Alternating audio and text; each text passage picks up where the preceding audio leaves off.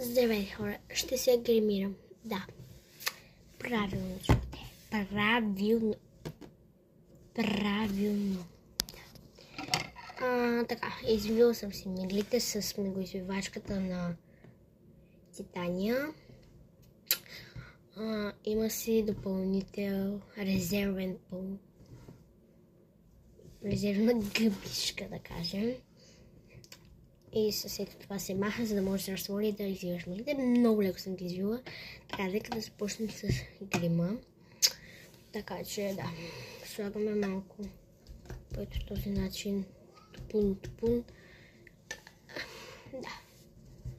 Съвсем мъничко на цялото лице. Това видео е качено на...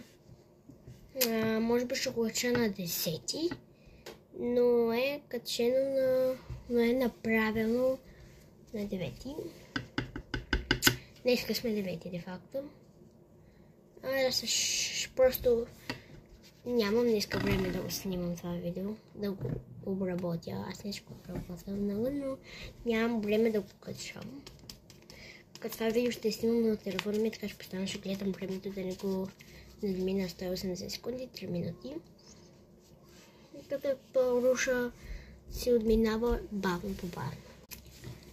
Сега, да, имам светлина, мога и така да застана, но няма значение как ще застана.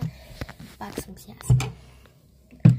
Така, нещо като просто ви показвам как, ако ще нося грим, как ще нося грим, като аз никога, почти никога не съм си носил, просто се упражнявам вкъщи.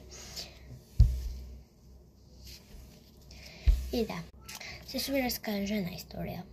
Набързо, понеже нямам много време. Не е много интересно, но аз и най-добрата ми приятелка, тя не е най-добра приятелка, но така да кажем. Да, не ми е най-добра приятелка, да кажем най-близки сме. Излизаме навънка. В училище сме и решаваме, знаете колко малко сняг имаше.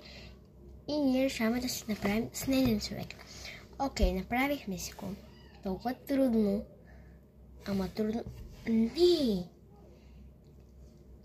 Толкова трудно, че накрая едва не се отказахме. Но не се отказахме и го направихме. Но някакви други класни го бутнаха. Да не изпадам в подробности. Не знам дали се лъжа, но слага малко труша. Не знам дали така се казва или от пудра. Топур. Оп. И съм готова. Да.